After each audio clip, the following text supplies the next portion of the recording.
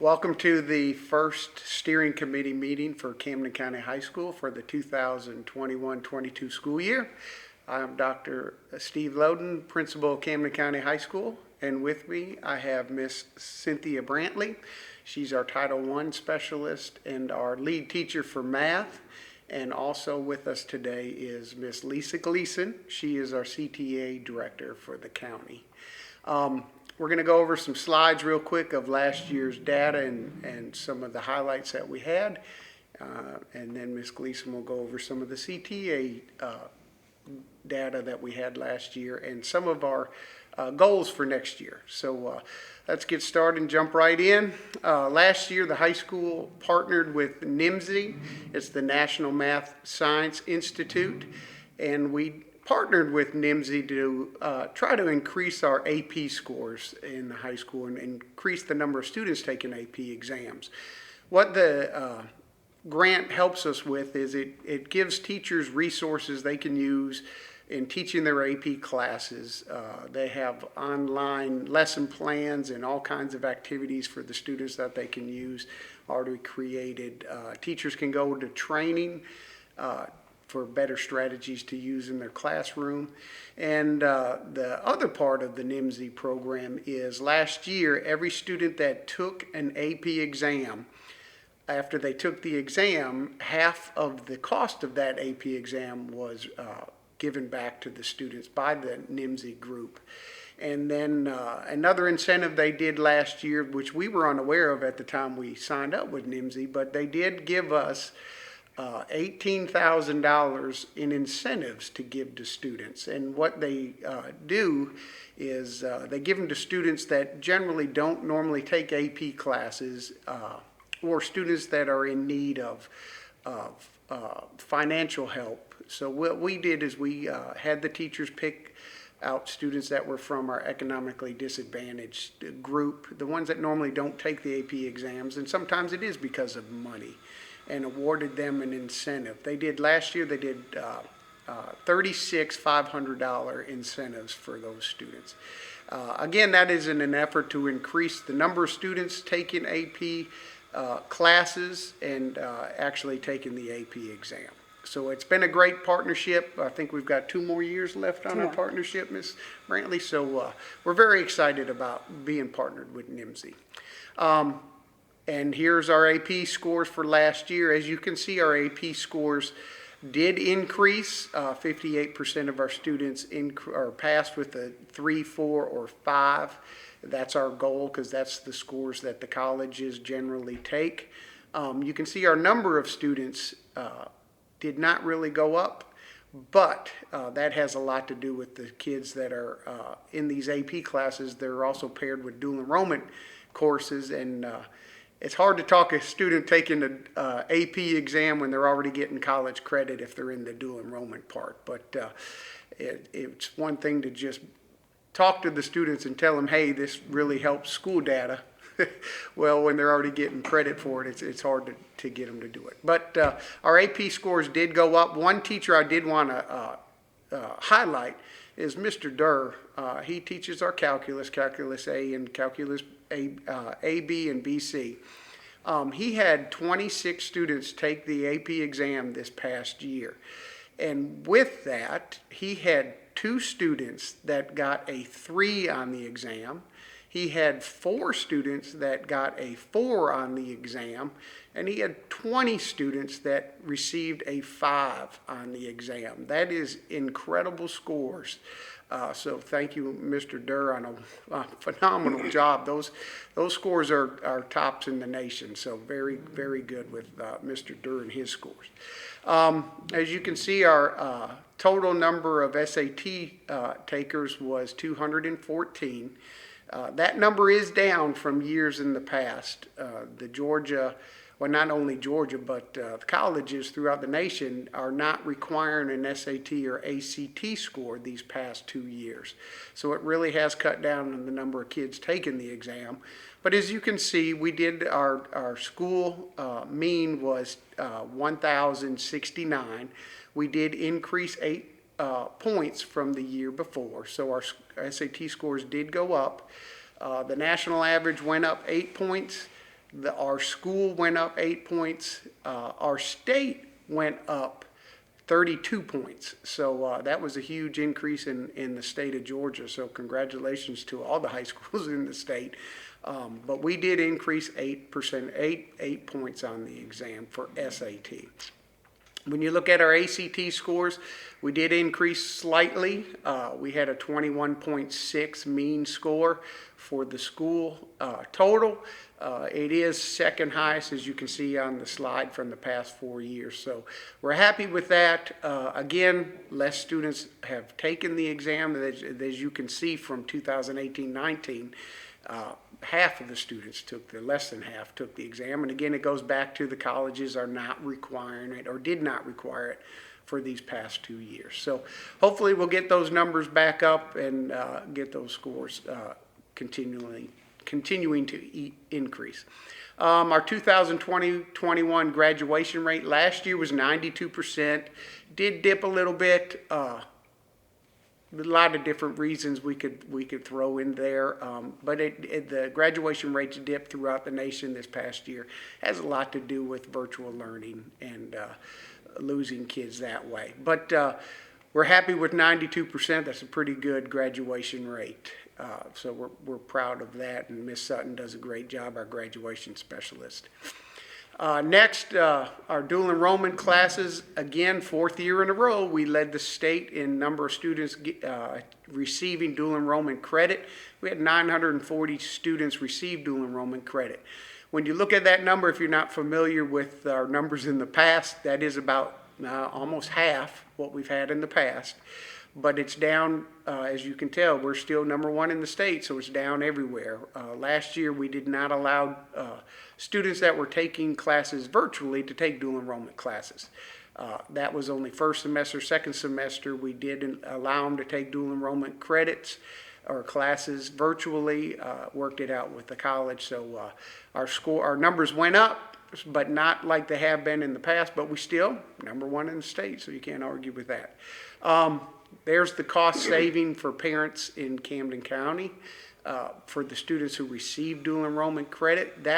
Those numbers, CTAE and dual enrollment and CTAE academic dual enrollment, you can see the amount of money parents save by students getting that credit in high school.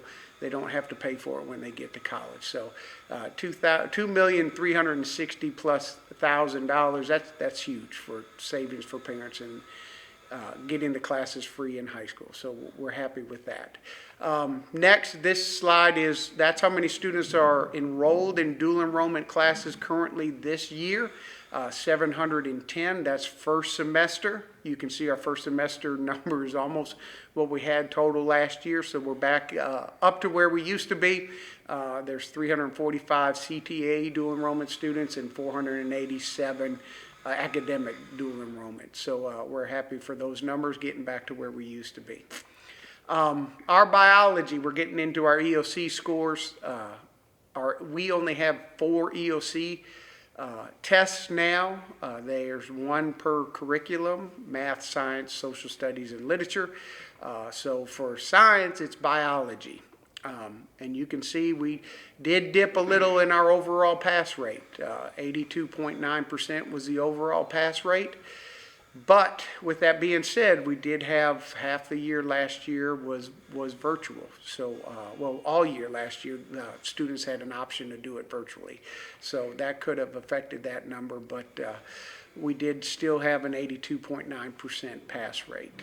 When you look at proficient and distinguished, we had a 62% of the students got a 3 or 4 on the exam.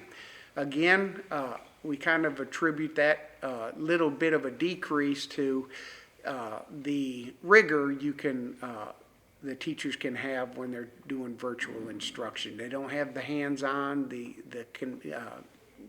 hands-on activities like they have in the classroom, which maybe has a little bit to do with that dip right there.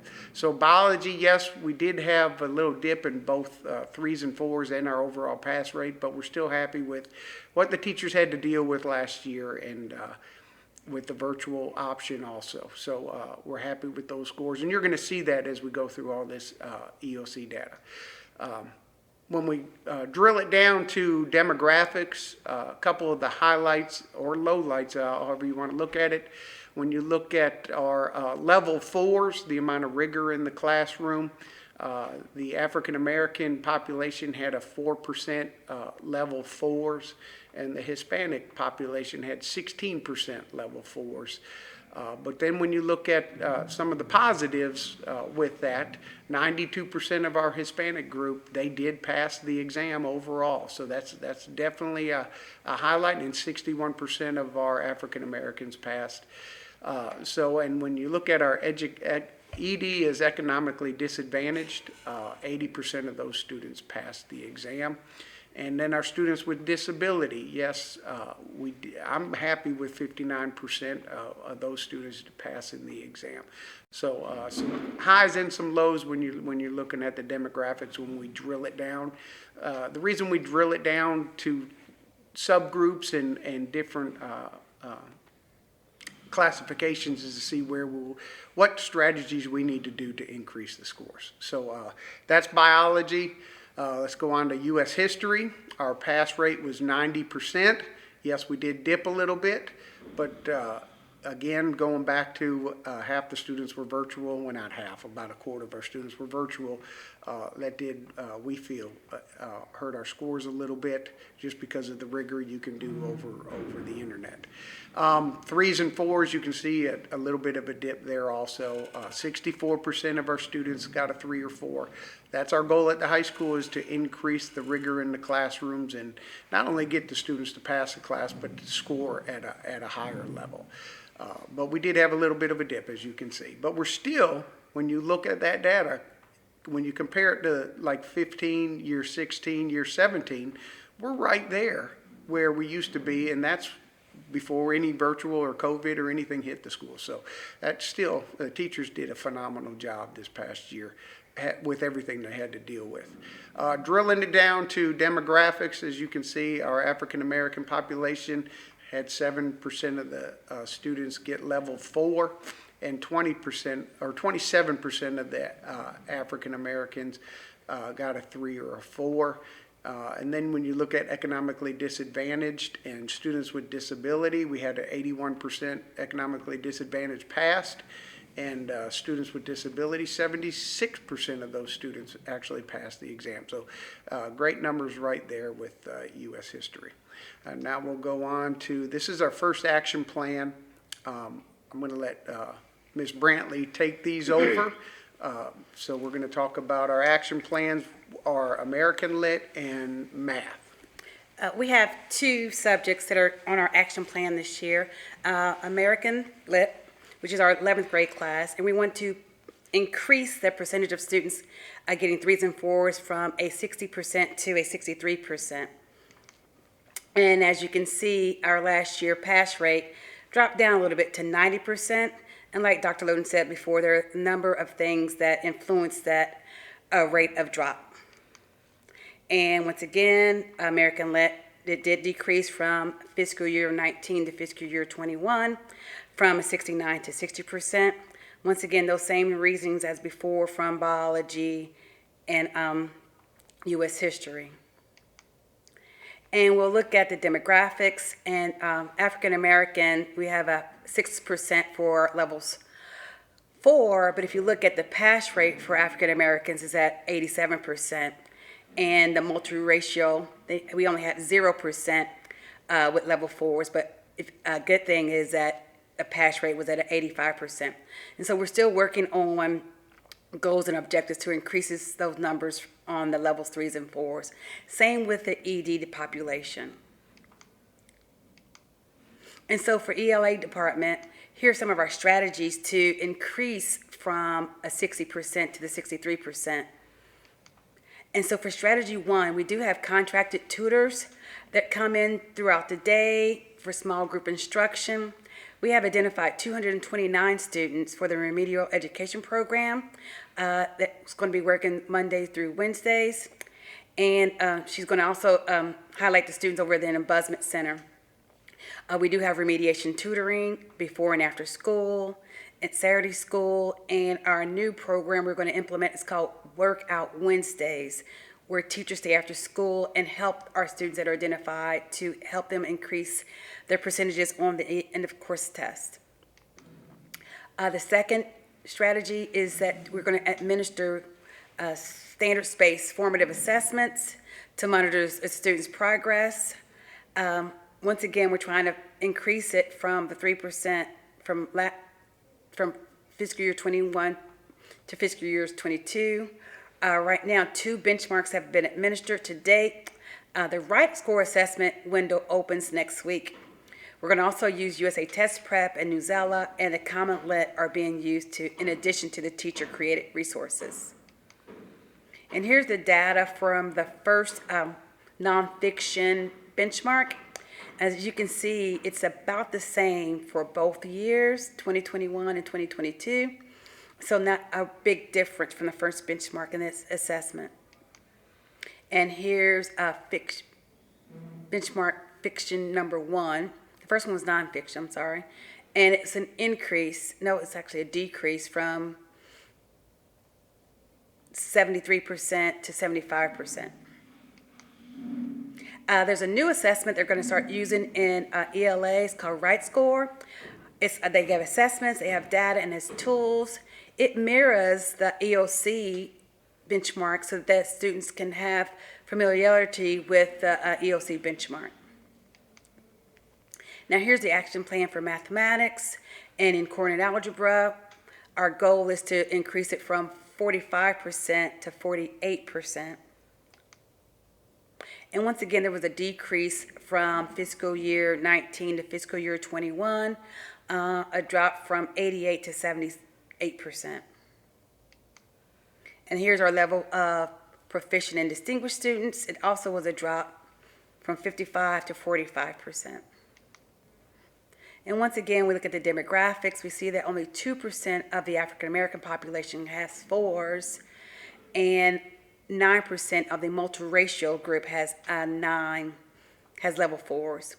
But the good thing is that if you look at multiracial and the pass rate, their pass rate is at 83%. And then we go down to the students with disabilities, and their pass rate was at 89%.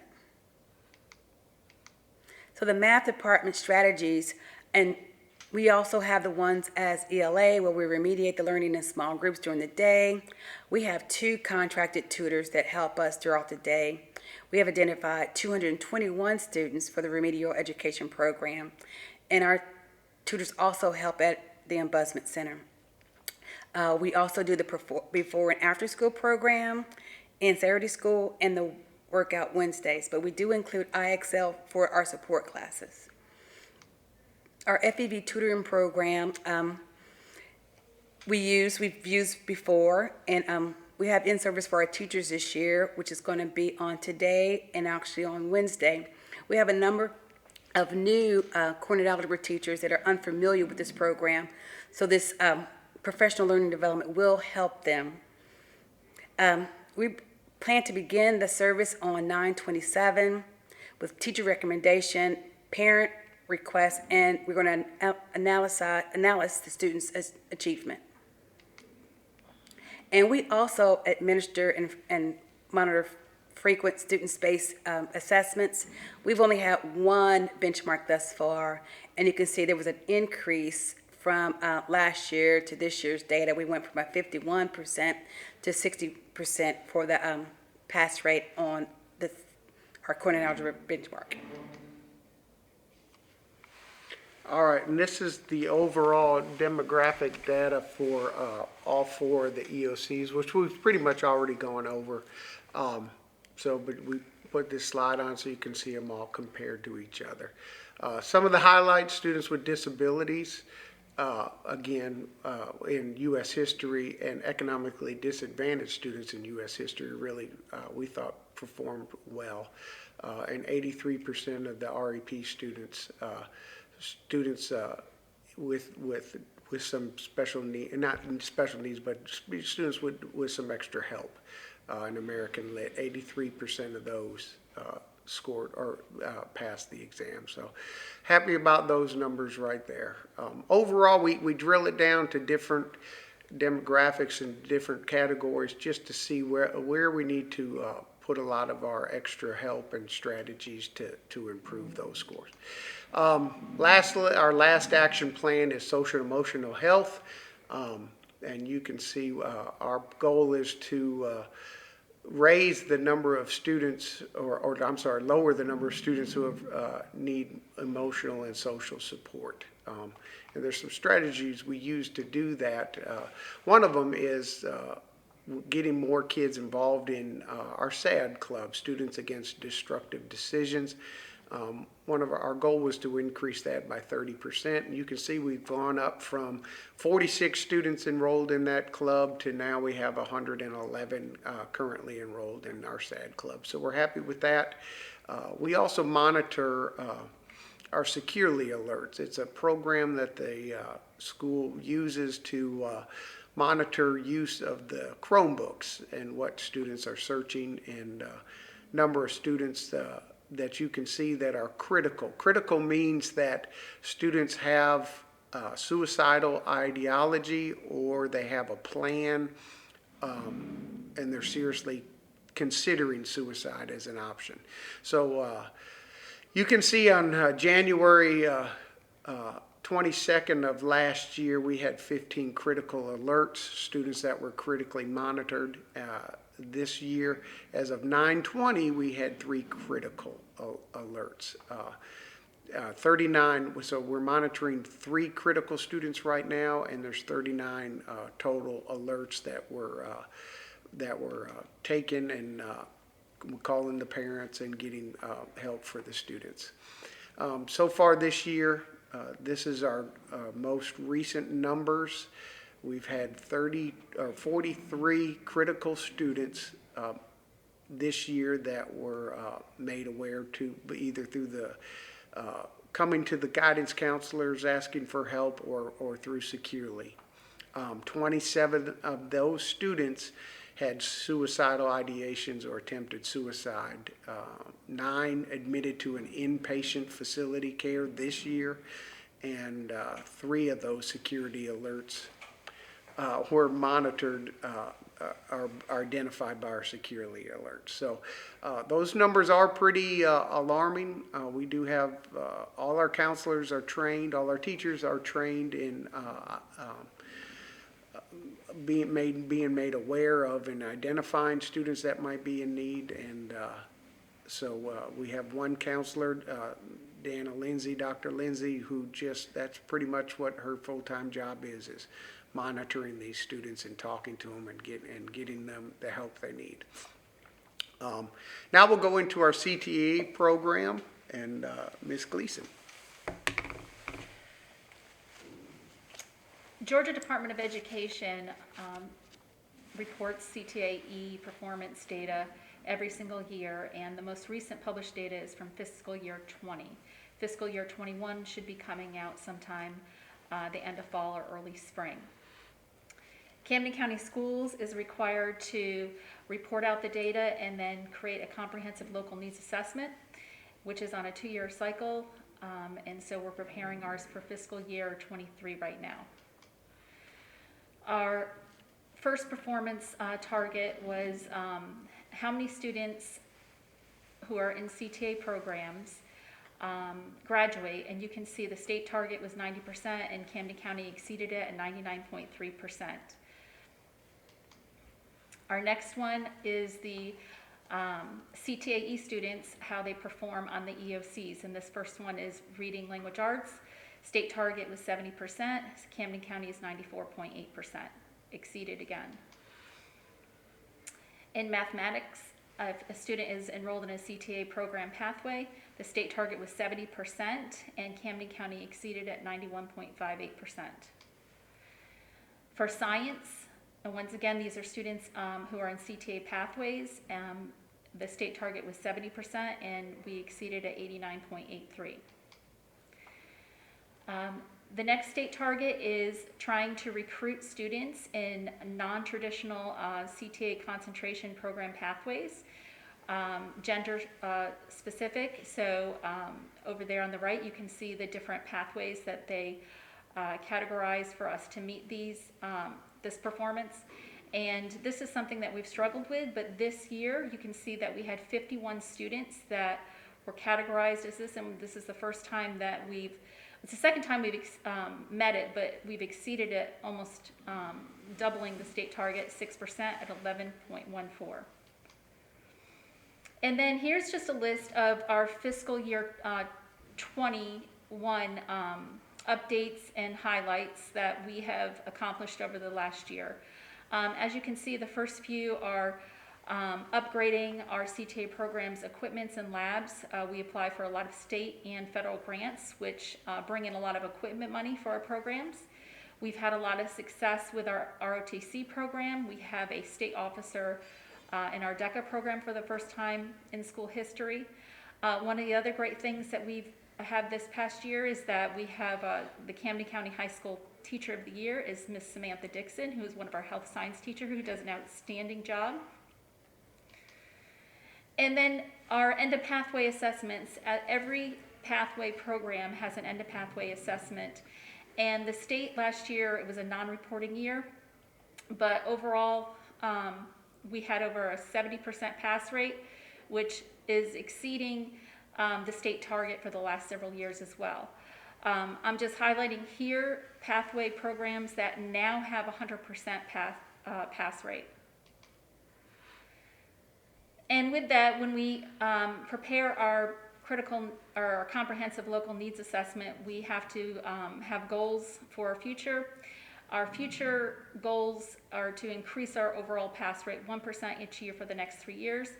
We are also looking at implementing a marine engine repair program to meet the needs of industry in the local and regional area for this area.